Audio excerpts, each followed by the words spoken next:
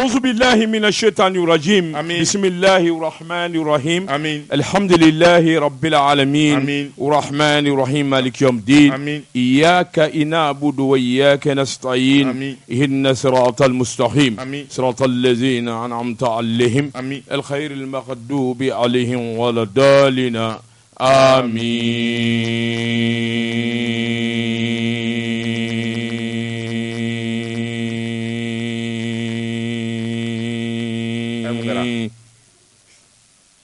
Jodi Zedou biye juma ye biye lahoroma donye ala nyini ani ala bato haramade madafo kama oko Jean Sodin ga juma dunya fe doka faraka jango juma min na besongolo kono Jean Sodin ka do o ye juma kerengere nye o ye juma sangoro talenye o ye juma yelemaye ka ke to nyini ke lambe ba dere jakulu bele jele fe Jean Sodin ka do kura tigera min nye groupe ye o fana kumbane do na manye ka fo ko nyu azoro ka bembidi magwema Jean Sodin ka do ana lajanse ko ma ke minye kunafuni langolo kana to amina langolo kana to lameba kana to kumbana ala ka to nyini ke bele jele fe weleli gwana joni so da ma nyini subhanahu wa ta'ala fe anga juma sali ala ka chaya amma nyini subhanahu wa ta'ala fe sungolo ba min jole mbe joni so da ma nyini subhanahu wa ta'ala fe ya rabbi ala ka sungolo inteme ko nyuma dama joni so de ka don anyelela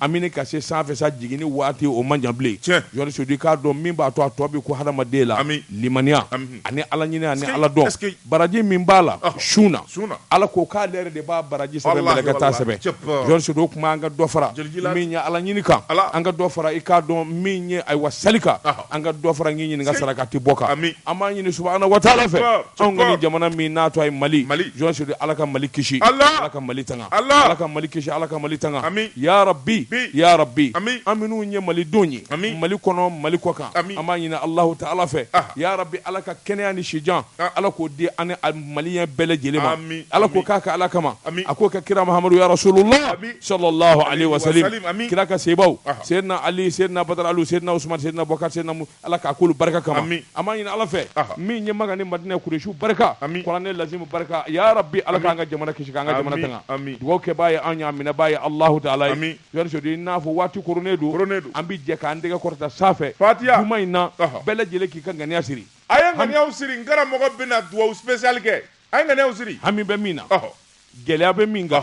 ede bika gela do ede bika hamido wallahi ijonti sedu mami me barako gela la furuko gela nasongo ko gela barako gela yo se bika do ni bela gelebe ala de bolo ala ka no yambe auzu billahi minash shaitan al-fatiha auzu billahi minash shaitan rajim allahumma salli ala sayyidina muhammad abduhu rasul allah la sharika lahu la hawla min aydina amanu ma dirika illa allah jini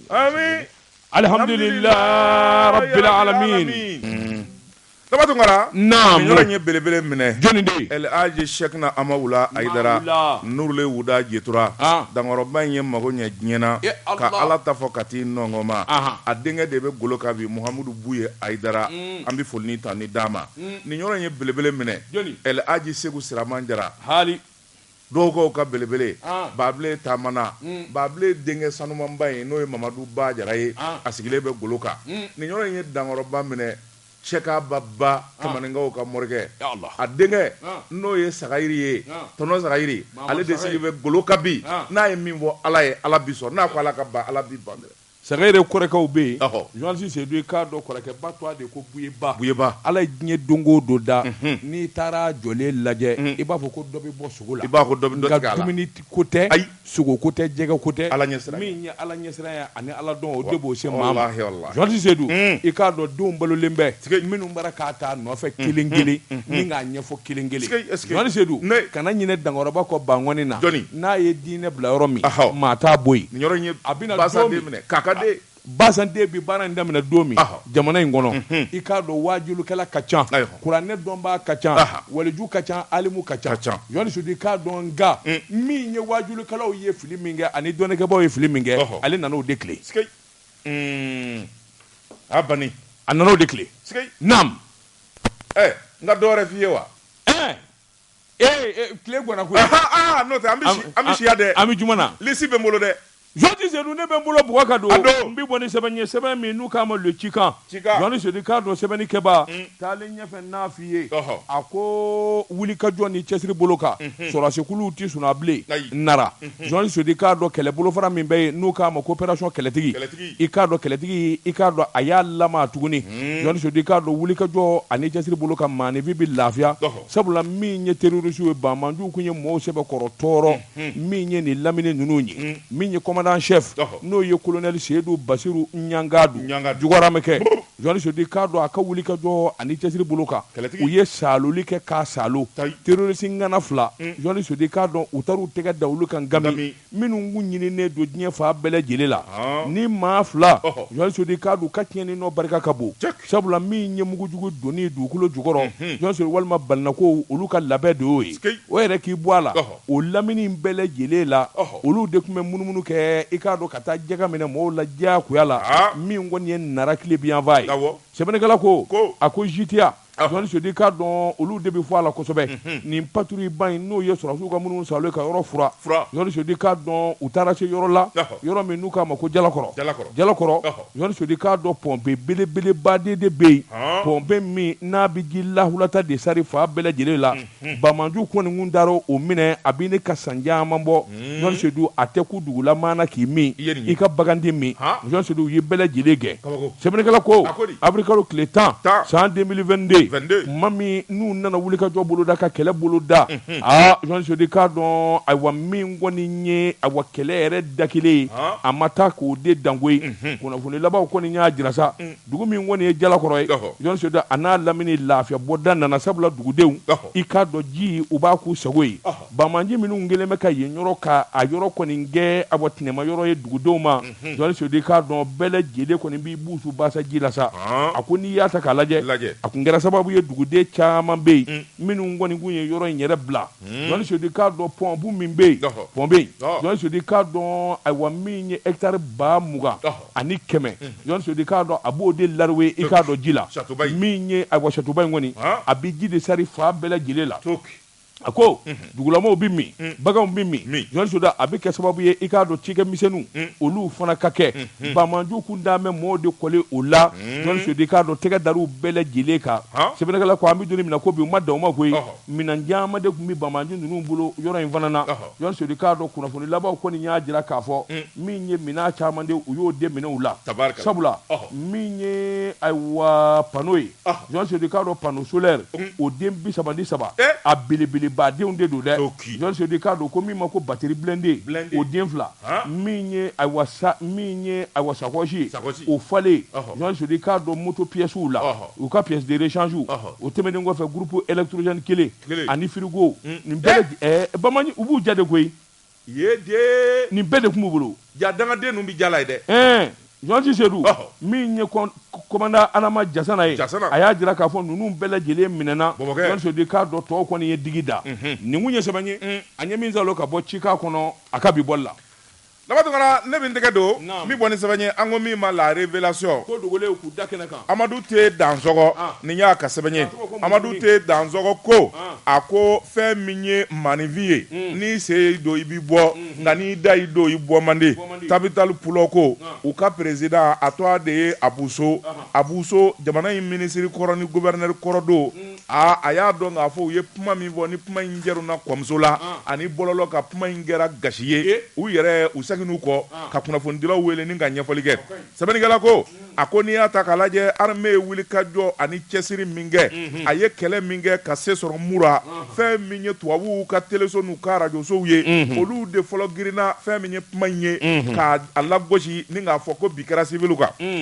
sɛbɛnnikɛla ko a ko a fɔra bi kɛra civil kan o kuma min n'o fɔra an balima fila dɔw bɛ yen olu kɔni m'a ɲɛɲini ji ɲɛma jɔlenna koyi u ye kɛlɛ daminɛ sɛbɛnnikɛla ko u ye kɛlɛ daminɛ dusuw bɔra u ye denmisɛn dɔw bila réseaux sociaux kan kuma gɛlɛn caman bɛ yen u y'o fɔ transition ma ani Mali sɔrɔdasiw ani jamana yɛrɛ ma sɛbɛnnikɛla ko o ma dan o ma u labanna u dimi kojugu k'a fɔ premier ministre an mago b'i la han an n'a b'a fɛ ka ɲɔgɔn ye fɛn min ye Choguel Kokala Mayiga ye a ko so filɛ kɛnɛ filɛ dayɛlɛlen bɛɛ aye na anga ɲɔgɔn Awɔ. ye sɛbɛnnikɛla ko Ah. Tabitali Pulo ko a cɛ ni muso maama to kɔ fɛn min ye primature salle belebeleba in ye u nana minɛ k'a fa tewu fo ka naloma jɔ da la kuma u nana bɔ k'a bin Sogɛli ko mun b'aw fɛ jamana ko la a y'a fɔ Filabere ni dibiri o ma kɛ maasi negela ye filafin filabile ani filajɛ tas ko yari fa bɛɛ fɛ sɛbɛnnikɛla ko Naam. a ko kuma nana bɔ ka bin fɛn min ye filaw ye u bɛɛ lajɛlen kumana fɛn fɛn b'u kun n'u k'a cɛ u bɛɛ lajɛlen kumana Sogɛli kɔni a ye bigi ni papiye ta k'a bɛɛ lajɛlen sɛbɛn u tilalen a ko n balima filaw ne y'aw lamɛn nka daliya jumɛn bɛ aw bolo k'a fɔ fɛn min ye armée ye a delila ka fila dɔ fa kelen maa ma kuma a filanan mura min n'aw b'a fɔ aw jumɛn bɛ yan min sera mura ka taa ɲininkali kɛ fila maa ma kuma sabanan aw jumɛn bɛ yen k'a ye muraka dɔ ka telefɔni cikan sɔrɔ wali u ka kibaruya sɔrɔ k'a fɔ fɛn min ye muraka den dɔw ye k'olu fagara armée fɛ maa ma kuma saba a naani a ko fɛn min ye tubabu minnu bɛ kuma fɔ n'aw dara olu ka kuma na ka na anw ɲininka yala o tubabu jumɛn kelen bɛ yen min y'a fɔ ko kɛlɛ kɛra ale ɲɛna wala ale yɛrɛ ka maa pe yen a tɛ yen ayi o tɛ yen sɛbɛnnikɛla ko Naam. fɛn min kɔni ye jama ye u ye ɲɔgɔn ɲɛ lajɛ sabula Sogɛli ko kala Mayiga maa fɛɛrɛtigi don tiɲɛtigi don fɛn min kɔni ye kuma ye n'a tiɲɛ nana a tɛ siran k'a fɔ a ko n balima filaw a tɛ tiɲɛ dɔn wa min bɛ senna n'a bɛ labɛnna n bɛna fɔ aw ye rébellion dɔ de bɛ ka labɛn janfakɛlaw fɛ u b'a fɛ ka aw filaw de bila rébellion na jamana contre la kuma tiɲɛ bɛɛ ye nin de ye n'o tɛ k'a fɔ ko maa dɔ fara mura k'o ye fila ye k'o ye maa gansan ye o ma kɛ n'a y'o maa kelen sɔrɔ a ye n'o kibaruya di ne ma o tuma fɛn min ye armée n b'a ɲini armée fɛ ministre de la défense fɛ a ka enquête dayɛlɛ k'a ɲini kiiri tigilamɔgɔw fɛ u ka enquête ni sɛgɛsɛgɛli dayɛlɛ ko o ko bɛ ko in na a bɛɛ lajɛlen ɲɛ ka dɔn wa fɛn min ye jamanakuntigi ye n bɛna ɲini a fɛ n'a jɛnna an bɛ délégation spéciale wuli ka taa murakadenw yɛrɛ ɲininka n'a wolola min na o bi dɔn sɛbɛnnikɛla ko a ko fɛn min ye kɔrɔfɔ in ye o fɔra nka fɛn min ye nin kuma ninnu ye maa dɔw bɛ jama yɛrɛ de la olu yɛrɛ de dabɔ ka kunna kojugu olu yɛrɛ de ye kuma in fɔ ni k'a cɛjuguya an baarakɛɲɔgɔn dɔ bɛ yen n'o ye Ibrahima Alayi Cokari ye ale kumana réseaux sociaux kan Facebook direct a ye kumajugu caman fɔ a ye malidenw jalaki kosɛbɛ min kɛra fiɲɛ ye dɔw wɛrɛ bɛ yen Ama Sise ale ko a ye o conseil maa ye ale yɛrɛ fana ye fila ye a ye kuma in kɔni tere juguya fɔ k'a kɛ i n'a fɔ jamanaden bɛɛ lajɛlen de bin bɛ filaw kan bi sɛbɛnnikɛla ko a ko kuma min n'o caruna a ye maa caman tɔɔrɔ a ye filaw yɛrɛ tɔɔrɔ u ye kuma min fɔ a digira filaw de la ka tɛmɛ bɛɛ kan a b'u tɔɔrɔ hɔrɔnw de don a b'u tɔɔrɔ sɛbɛnnikɛla ko a ko Tabitali Pulo ko filaw ko Abu Soma i n'i ka jama aw bɛ ka ɲuguɲugu ni ɲagaɲaga wuli ka se an ka filaw ma n'an m'aw jija an bɛ tɔ in da kolo ji k'a filɛ kolon ji wa teliya a ye kuma lankolon minnu fɔ kuma minnu tɛ jamana jogo ye a ye segin aw kɔ dɛ sɛbɛnnikɛla ko seginkɔ kɛra diyagoya ye Abu So yɛrɛ a ye jama de wele kunun ko conférence de presse a ye kunnafonidilaw wele a ko fan min kuma min n'o cɛruna wɛrɛ tɛmɛ na olu ta ma fɔ ten ale ta ma fɔ ta journalistes de ye kuma yɛlɛma u ye kuma tura a kunjugu kan u ye dɔ kun kɛ dɔ sen ka dɔ nɛn kɛ dɔ kunkolo ye a ko olu ka kuma ma fɔ ta k'u ma maa si jalaki kuma ɲɛna ne ko kɛnɛ in ka filajɛ tun bɛ wa Babaliba Babaliba filajɛ a tun bɛ yen tas ni filakɛ in de ka farin filajɛ tun bɛ yen filafin tun bɛ yen filabilenw tun bɛ yen ayiwa naam sɛbɛnnikɛla ko a ko fɛn min ye Abu So ye fili man jugu nka n tɛ segin kɔ o de ka jugu a ko jɔn ko ala u ye kuma minnu fɔ ani maa minnu ye kuma minnu da u la a k'u filila o kuma u bɛ min ɲini malidenw fɛ o ye yafa ye sabula k'olu yɛrɛ ka maloya yɛrɛ nana juguya ni mun ye murakaw yɛrɛ de ye maa cɛ tan wuli ka bɔ mura ka na fɔ Tabitali Pulo ko ye a ye kuma min fɔ a bɛɛ nkalon maa kelen tɛ muraka den na k'o fara ko sɔrɔdasiw fɛ a bila ten maloya mana a nana a kuma ka ɲi ten sa a dafara o a ka ɲi ten maloya nana dɛ awɔ kunnafoni filɛ nin ye an ye min zalo ka bɔ la révélation kɔnɔ a ka bi bɔli la Joati Seydou ne bɛ n bolo bɔgɔ ka don n bɛ bɔ ni sɛbɛn ye sɛbɛn min n'u k'a ma info matin sɔgɔmada la kunnafoni Joati Seydou n'i ye dutigi bɔlen ye kogo fɛ i b'a sɔrɔ bulonda ka kala Joati Seydou k'a dɔn ayiwa min ye Sanba Balo nin y'a ka fasiri ye a ko commune D min ye a mairie ye bɛn tile tɛ Joati Seydou k'a dɔn a bɔ wulikajɔ ni cɛsiri bolo kan baarakɛlaw i k'a don ka ca Joati Seydou k'a don u bɛ ni ka kalo saba bɔ min ye sara ye o tɛ sɔrɔ o sara sɔrɔbaliya ka taa se a ko caman ma u kɔni gɛn bɛ sababu ye u ka wulikajɔ boloda ka mankan wuli maire ba la min ye Sɛki Aba Ɲare ye Jɔn Sedu kalo 3 olu ka sara dulonnen don mun nana n'a ye gɛlɛya jumɛn in de bɛ yen olu dun ye kɔlɛtigiw ye u ye denbayatigiw ye n'a ma ɲɛ o kɔ sa o tuma u bɛ baara bila boloda Jɔn Sedu k'a dɔn u ye tile 3 baara bila kɛ o ma mago ɲɛ u laban nana Banamini boloda sa fan o fan n'o de bɛ taa ayiwa mairie la Jɔn Sedu k'a dɔn u nana gɔngɔrɔw ani pneus da sira la maa ti don maa ti bɔ Jɔn Sedu k'a dɔn mairie ɲɛmaaso a jira k'a fɔ o tɛ kɛwale wa o tɛ kɛ Jɔn Sedu k'a dɔn u laban nana baarakɛlaw gɛnsan min kɔni b'a to u bɛ bɔ yen sɛbɛnnikɛla ko u laban nana a bɔ kamalenkɔrɔ kuwalenw jɔ fa bɛɛ lajɛlen la cɛw o cɛ ni m'i farati k'a fɔ i bɛ tɛmɛ mairie da la ni sɔmin kɛra k'a fɔ i b'a fɛ ka tiɲɛni kɛ gorobaraw na tili da i kan f'i ka sa Aba ma se ka polisiw wele f'i ka sa sɛbɛnnikɛla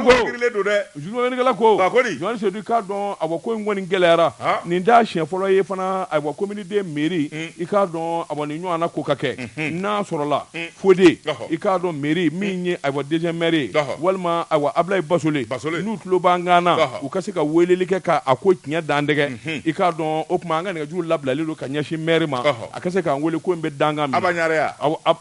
Cheikh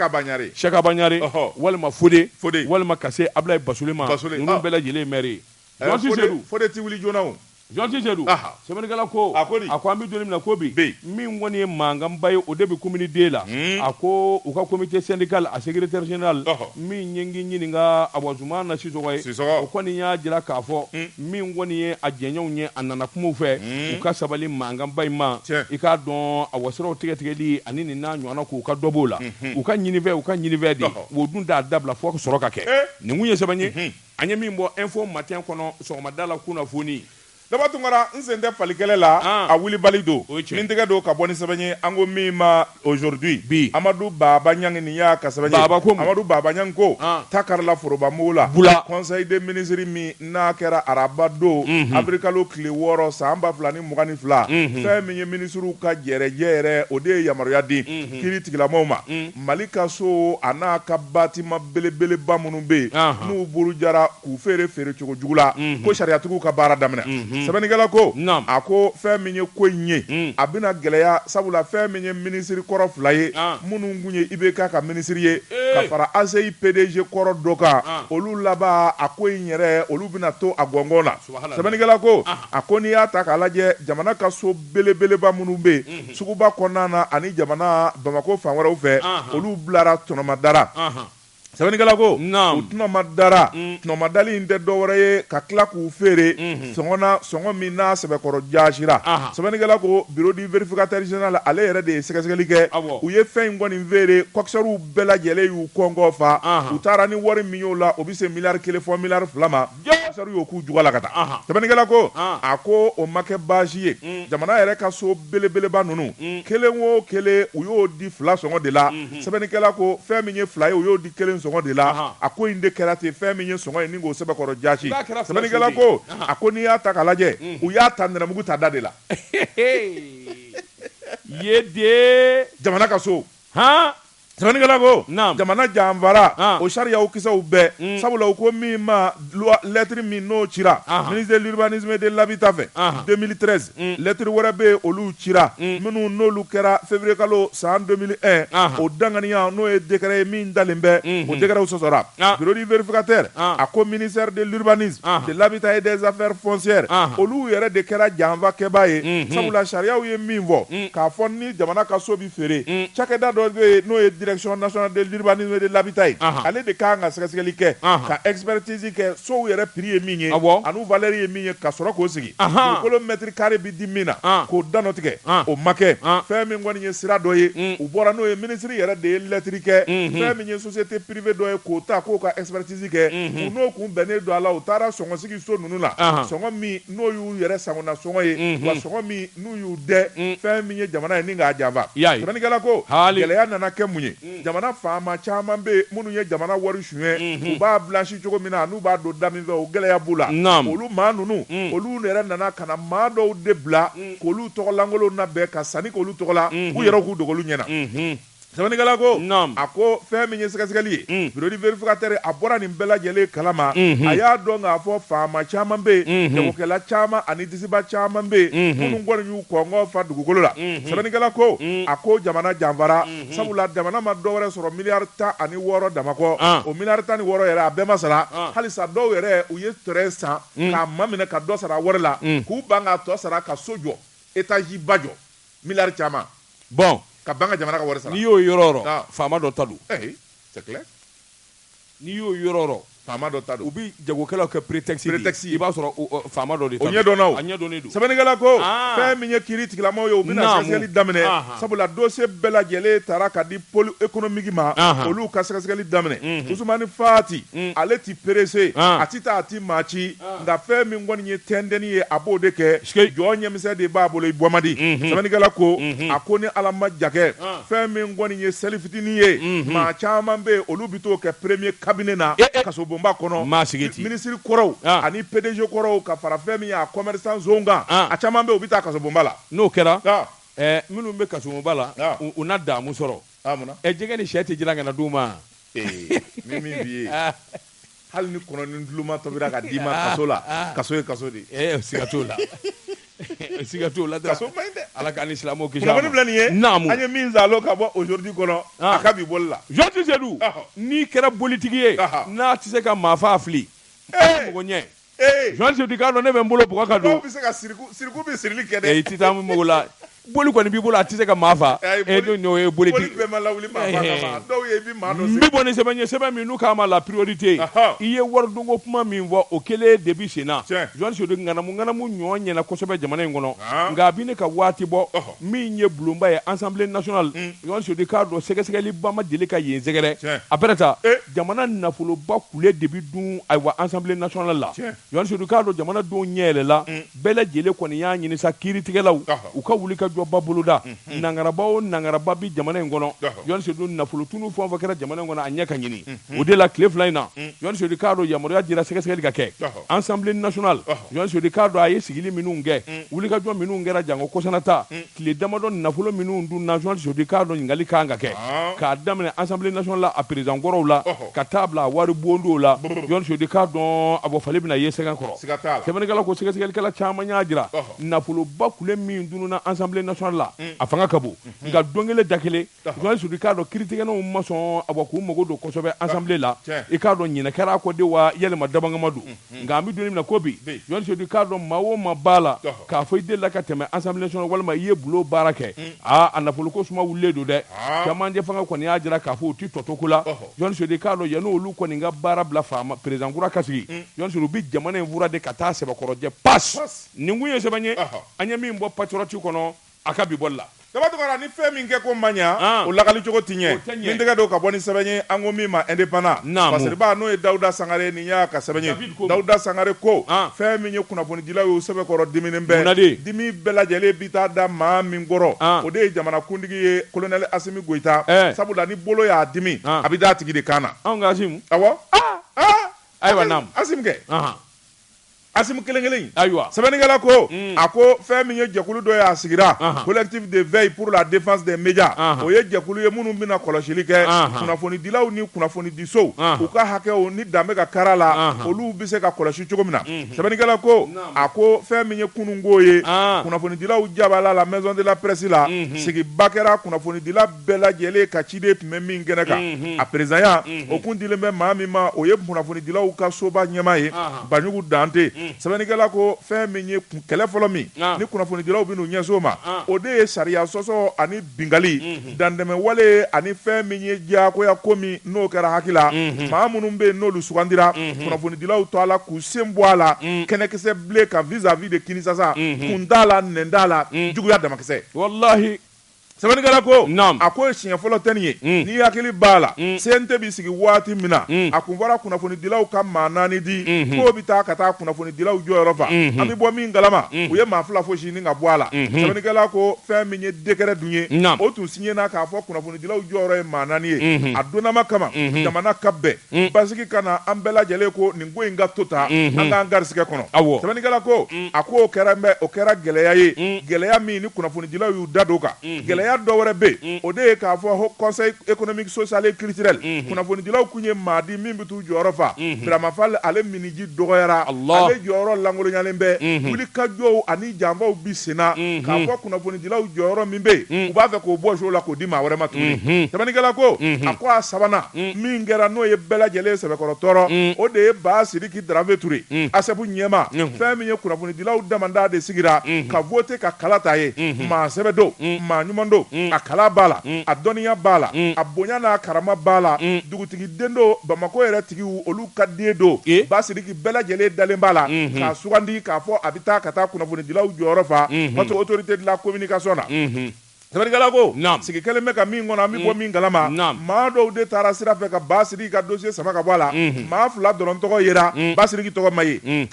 ɲininkali de tora senna daa wulila Sonkala ma ye jɔnni y'a kɛ kun jumɛn b'a la an bɛ taa an bɛ segin sɛbɛnnikɛla ko kab'a don fo ka n'a bila bila kolokala kuma ni kolokala ko damanda kɔ kuma jɔlen foyi tɛ maa sɔrɔ la min b'o lakali sɛbɛnnikɛla ko ministre de la communication don min Ba Sidiki yɛrɛ bɛ sugandi ale de ye jɛkulu sigi ko min ma collège a ko bɛɛ lajɛlen kɛra sariyatigiw ni ICO ɲɛna kolo wulila ye ni k'a sugandi k'a fɔ danaya dalen b'a kan k'a PV bila ka taa o tuma ale ɲininkana mun de kɛra a ko ale ni a ye taa ɲɛɲini sanfɛ ne t'a ɲɛdɔn o yɔrɔnin bɛɛ Banjugu Dante ani jɛkulu maa tɔw u farala ɲɔgɔn kan ka taa premier ministre fɛ Choguel ko k'ala Mayiga Choguel ko enquête de moralité k'o de kɛra ko a fɔra ko Ba Sidiki donna kaso la k'a delila ka kaso kɛ sɛbɛnnikɛla ko a delila ka kaso kɛ bɛɛ lajɛlen bɛ se ka kaso kɛ nka fɛn min ye sariya ye n'o y'i nɔminɛ sariya de bɛ taa ka taa sɛgɛsɛgɛ kuma min bɔr'i ma ni tiɲɛ don ni nkalon don o tuma i bɛ sɔrɔ ka jalaki wala i bɛ sɔrɔ ka lajɛya sɛbɛnnikɛla ko janfaba de tigɛra Ba Sidiki Darafe Ture kama ka taa don kaso la nkalon kama sabula o don fɛn min ye faama jugu dɔw ye olu kɛlen bɛ ka jamana dugukolo daraki Ba Sidiki Ture a ka journal min bɛ Le Guido ale b'u buruja don o don a b'u fiɲɛ fɔ a y'u kɔbɔ fiɲɛ na sɛbɛnnikɛla ko o tuma an k'a dadi o donnama kama u ye nkalon tigɛ a la ka taa datugu kaso la nka kiiri tigilamaw n'o ye cour d'assises ye olu yɛrɛ nana ko in da k'a larawe k'a lajɛ k'a ta ka segin u ye kuma min nkalon da Ba Sidiki la k'a fɔ a ye maa dɔw ta ka taa jamana kɔfɛ k'a taara olu feere a ko maa minnu feere la olu bɛ min sariyatigiw ko aw ko maa minnu feere la n'aw y'a minɛ o kama o bɛ min maa ma ye o tuma o yɔrɔnin bɛɛ fɛn min ye kiiri tigilamaw u y'a dɔn k'a fɔ ko in kɔni ye nkalon ye u ye tabali gosi Ba Sidiki Darafe Ture a lɛɛ ni yafa jamana ma ko t'i kɔ ko t'i ɲɛ sabula ko min kɔni n'a nkalon dar'i la a bi nkalon a sini nkalon u ma dan o ma a ka casier judiciaire u y'a ko k'a jɛ pas k'a fɔ jɔyɔrɔ o jɔyɔrɔ bɛ yen n'a n'a ka kan a k'a ɲini o tuma fɛn t'a kɔ n'a fɔra k'o donna kaso la ayi foyi t'a kɔ bilen kaso la prison est pleine d'innocents. Bien sûr. Mɔgɔ baden bɛ taa kaso la k'a sɔrɔ i m'a min i m'a bɔ. Ah bon? Ah oui. Je t'informe. Don o don kiiri tɛ tilen ka mɔgɔw acquitté wa? Non coupable. Non coupable joli b'i bɔ?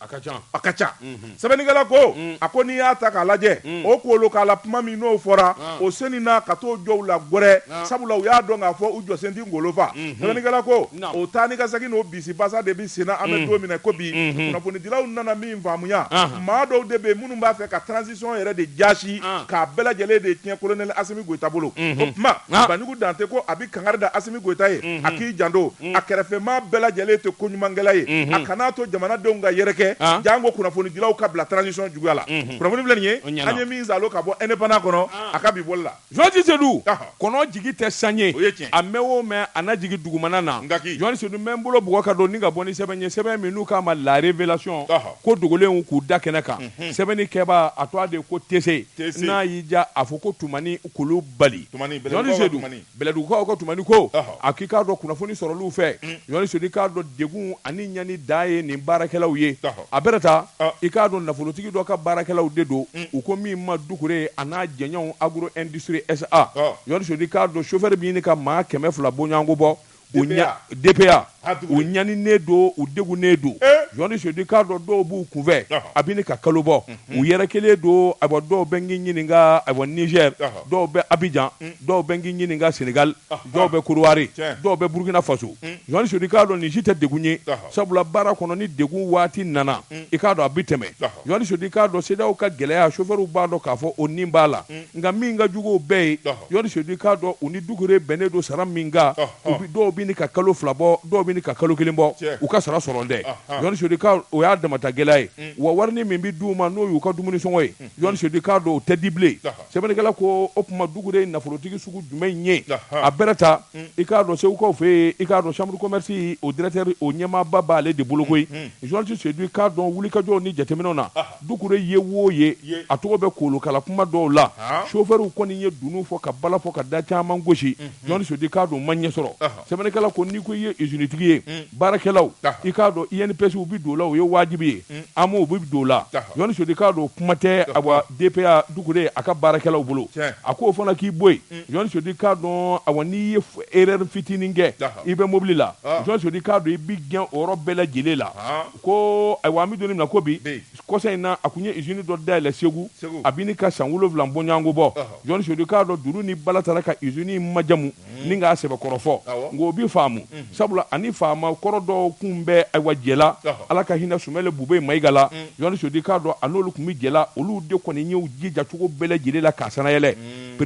président Ibrahim Boubacar Keita o ye taali min kɛ Segu jɔn syndicat dɔn u nana kalabusi ten u ka se ka taa ayiwa usine in dayɛlɛ ka taa bɛn usine in dayɛlɛ don ma nin bɛɛ lajɛlen kun ye Dankɔrɔba ka baara ye hakilina Sumɛlɛ Bube Mayiga Ala k'a hinɛ sɛbɛnnikɛla ko a k'i k'a dɔn cakɛda min sigira nin cogo in na jɔn syndicat dɔn o baarakɛlaw ni ɲani o baarakɛlaw ni tɔɲɔ u ni sɛgɛn a bɛna ta dugure yɛrɛ ko k'ale silamɛba ye a ko min ye wulikajɔ ni jateminɛ CMDT ka marché caman bɛ yen jɔn syndicat hali kɔsɛ in na a ŋanamu fanga bɛɛ lajɛlen bɛ taa bi dugure de kan sabula i k'a dɔn o kɔni ye ko ye a bɛ min ɲɛdɔn kosɛbɛ engrais ko kuma minnu bi sen na a ko kɔsɛ in na min ɲɛtɔ ni 100 bɔɲɔgɔnko ye TC ka fɔla engrais TC ka fɔla a ko i k'a dɔn o taara ka d'a ma ŋanamu ani janfa sira kan n'i hakili b'a la i k'a dɔn waati dɔ kɛra miliyari 15 sefɔ wari miliyari 15 o de fosira ka bɔ Mali banque dɔ la dukure fɛ Ala ni faama dɔw ka janfa senfɛ jɔn syndicat i k'a dɔn o wulikajɔ ni jateminɛ dɔnnen don a ko min ye jateminɛ dukure a sɛmɛnenba de don politikimɔgɔw na i n'a fɔ RPM Dankɔrɔbaw ani CMDT Dankɔrɔbaw jɔn syndicat i k'a dɔn a ka ko dalen bɛ ninnu de kan ninnu kɔni kelen bɛ k'a dɛmɛ ka se yɔrɔ min na i k'a dɔn ka sɔrɔ o fanga yɛrɛ t'a la a ko usine min n'u b'a kasabi fɔ miliyari caman a t'o bɔ jɔn syndicat i k'a dɔn an bɛ don min na ko bi ni faamaw ma wuli ka jɔ kɛ ka dukure ka ko jateminɛ jɔn syndicat i k'a dɔn a ka baarakɛlaw tɔɲɔnnen don fo ka se a dan na nin kun ye sɛbɛn ye an ye min zalo ka bɔ ayiwa révélation kɔnɔ ko degelenw k'u da kɛnɛ kan Tabatungara ne bin tɛgɛ don o bi kɛ kɔni sɛbɛn ye an ko min ma indépendant Fasiriba n'o ye Falen Kulubali ye nin y'a ka sɛbɛn ye Falen Kulubali ko fɛn min ye transporteur ye o ni jamana a ministre de l'équipement et des transports n'o y'u ka ministre ye u karilen bɛ ɲɔgɔn na kɛlɛ in ti tali kɛ dɔ wɛrɛ la fɛn min ye transport o prix yɛlɛni ba min n'o kɔni kɛra transporteur fɛ o de nana kɛ gɛlɛya ye sɛbɛnnikɛla ko a ko fɛn min ye jamana ye dɔ farala taji kan nka bɛrɛnin tɛ dɔrɔmɛ 5 fɔ dɔrɔmɛ 10 o de farala tajiw kan o tuma fɛn min ye chauffeur ye u yɛrɛ dama taara ka taa ɲɔgɔn ye transporteur ka sin ka dɔ fara prix kan ka prix bɛɛ lajɛlen yɛlɛma 500 yɛlɛna dɔw kan 1000 yɛlɛna dɔw kan 2000 yɛlɛna dɔw kan a ko Segu ni Bamako cɛ u taara yɛrɛ sɔrɔ fɔ 600 dɔw b'a di 800 ka sɔrɔ Segu ni Bamako an bɛna don min kari kun ye 200 ye voilà je te dis c'est exagéré sɛbɛnnikɛla ko a dama tɛmɛna n'a fɔra gɛlɛya bɛ jamanadenw kan tiɲɛ don dɔɔnin farala taji kan nka ka bali ka passe kɛ ngunin kun ye wala ka taa fɛn min ye 100 sira o 100 sira 30 fɔ 40 ka t'o yɛlɛ kan fɛn min ye ministre ye a ye communiqué kɛ k'a jira k'a fɔ transporteur minnu ye nin communiqué in kɛ k'u yɛrɛ sagona-sɔngɔ sigi k'u ni ministère jɛ tɛ o yɔrɔnin bɛɛ fɛn min ye CMTR ye conseil malien des transporteurs routiers o fana ye communiqué kɛ k'a fɔ olu sen tɛ nin ko in na sabula u ma ɲininka u dama don a la jɛkulu min bɛ yen n'o ye Centre ye Centre Mali olu de ye janfa in kɛbaa ye wa olu yɛrɛ de nana ka na kunnafoni di kɛ Centre Mali ko a ko gɛlɛya de bɛ olu kan sabula fɛn min ye CMTR ye o tɛ se k'olu kunkanko kuma fɔ gɛlɛya b'olu ni ɲɔgɔn cɛ kabi 2019 tigɛ ko kuma na ani wulikajɔ wɛrɛw la olu bi min ɲini ministre fɛ o de ye sigi ka fɔ ka kɛ min bɛ se k'a to olu ka hakilina olu ka se ka ta bala n'o tɛ k'a fɔ fɛn min ye taji ko n'o yɛlɛnna ko transport sɔngɔ bɛ se ka to a nɔ la u y'a jira k'a fɔ o fana tɛ se ka kɛ ko an bɛ don min na ko bi olu kɔni bɛ min ɲini o de ye sigi ka fɔ ye ministre a ka ko in jateminɛ tiɲɛ don ko bɛɛ lajɛlen b'ale de bolo nka n'a ma ɲɛ k'a fɔ dɔɔnin farala tajiw kan o tuma dɔɔnin fana ka fara passé u kan sɛbɛnnikɛla ko a ko ministre kɔni y'a jira k'a fɔ sɛbɛnlankolon min kɔni n'u y'o dilan k'o cɛriw bɔlɔlɔ kan n'u kɛlen bɛ k'o nɔrɔ k'a fɔ ye tarifu ye ko tarifu in kɔni ko maa si kan'a sara sabula janfa ani namara don natabaya ani gunde kola de don ka ɲɛsin jamana ma sɛbɛnnikɛla ko a ko kɛlen bɛ gɛlɛya ye an bɛ don min na ko bi transporteurs kɛlen bɛ ka kulekan bɔ u kɛlen bɛ ka kulekan bɔ jamana kuntigi la min bɛ se k'a to bɛɛ ka don n'u ka ministre cɛ u yɛrɛ y'a dɔn k'a fɔ u ye min kɛ u y'a dama tɛmɛ kunnafoni filɛ nin ye an ye min salo ka bɔ indépendant kɔnɔ a ka bi bɔli la nɛgɛw kɛrɛfɛ sɛbɛn b'an na an bɛ taa ka na nɛgɛw kɛrɛfɛ ka taa min jɛ ka pib k'a ka feerefɛnw lakodɔn jɛ ka pib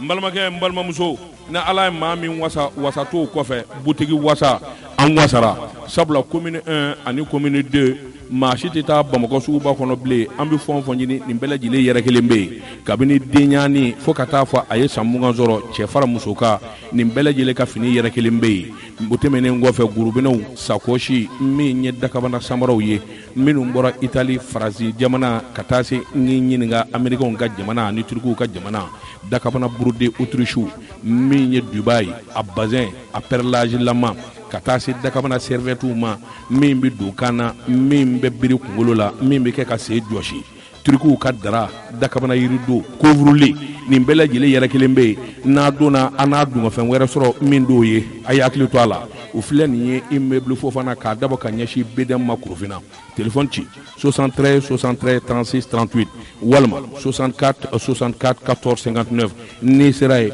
min ye madame Tarawele Jɛnɛba Tereta a n'a ka feerelikɛlaw u sigilen bɛ k'a kɔnɔ su fara tile kan bitiki wasa anw wasara Jean Seydou waati n'a ka waati ma se i k'a dɔn lamɛnbaaw na faamuyali sɔrɔ a ma daminɛ joona Jean Seydou i k'a dɔn arajo baara ye dɔ bi fɔ dɔkɔ ye Jean Seydou an bɛ donni minɛ ko bi nɔnɔmugu kelen min n'i bɛ se k'i wakili don a la hali n'a fɔra k'i ka nɔnɔ kɛnɛ kɛ sarakati ye n'i ma nɔnɔ kɛnɛ sɔrɔ Mixwell nɔnɔmugu nɔnɔ kɛnɛ dafalen don non nɔnɔ in ka ɲi ne b'ale de san mais ɲininka ko mun na mais il y a un problème non ɲininka ko mun na ko ne b'ale de san n ko ka teli kojugu n k'i ɲininka ko mun na nɔnɔmugu fɛn o fɛn bɛ yen Jean Seydou n'u ye misi biri nɔnɔmugu sirimɛ bɛ bɔ a la bɛri bɛ bɔ a la fɛɛnɛ bɛ bɔ a la Jean Seydou n'o bɔra nɔnɔ kɛnɛ na a tɔ kɛra bugurinjɛ ye yɔrɔ dɔ b'a jɛ dɛ wa Mixwell dafalen don foyi tɛ bɔ a la a bɛ biri cogo min a bɛ ja o cogo kelen la k'a feere ne b'ale 5 kilos Mixwell o b'a la n ko m'a dɔ de m'a 5 kilos mais a da de gɛlɛyara sisan c'est que je ne comprends pas k'a da gɛlɛya a da gɛlɛyara di dɔ farala a sɔngɔ kan qui te dit ça mais moi je l'achète je vais vérifier voilà Mixwell nɔnɔmugu ka nɔnɔmugu Mixwell ne b'ale de sa merci filaninw bɛ Mixwell de min ayiwa bisimila n y'a faamu e b'o dɔ de jɔnni Mixwell kɛ mais c'est mon fils a banna wa n tɛ Mixwell san bilen dɛ n den don de koyi a banna n den don wa ne bɛ Mixwell de san 5 kilos awɔ n den don n y'a dɔn a paquet ye jɛman ye ka sɛbɛnni k'a kan ni bula ye exact i y'a dɔn n b'a dɔn naam k'a da cɔrɔ ni bɔrɔfuni ye o don i b'a dɔn n'i y'o kunni sama dɔrɔn a bɛ da yɛlɛ i bɛ taa mana dɔ sɔrɔ a kɔnɔ ye k'a garanti o don a nɔnɔ bɛ kwɛk Mixwell jikala a bɛ nɔɔni ni jikala ye jisuma kɛrɛfɛ tɛ foyi sɔgɔmada na n ye suguri dun n'ale de ye Mixwell o de la i b'a ka girindi ta Mixwell naam Mixwell awɔ daba tungara bi ta san'an k'a bila yan an n'a da jama bɛɛ lajɛlen tulo kan fɛn min ye Safo commune dugu min bɛ yen ko Torodo a dugutigi kura bɛna taa sigi n'o ye Kɔlɛba Ɲare ye a sigili bilalen don karido la 8 heures waati fɛn min ye Safo mairie a bɛ k'o ka bonya kɔnɔna na o tuma a ɲininen bɛ Torodo n'a lamini ka ti a cercle a n'a lamini bɛɛ lajɛlen welelen bɛ fɛti ba bɛ dimanche don n'o bɛ bɛn avril tile 17 ma n'o ye dugutigi sigi ye Sunkalo Togo ka bɔ Janginɛbugu tigɛ kare la a ko a denkɛ Amadu Togo tununa san 2 bɔɲɔngo Sikɔlɔla Mado a ba to a ye Aminata Tarawele n'aw y'a ye a bɛna n'a ye radio Jɛkafɔ la walima u bɛ weleli kɛ 78 89 08 64 tabarikala Jean Seydou i k'a dɔn waati dafara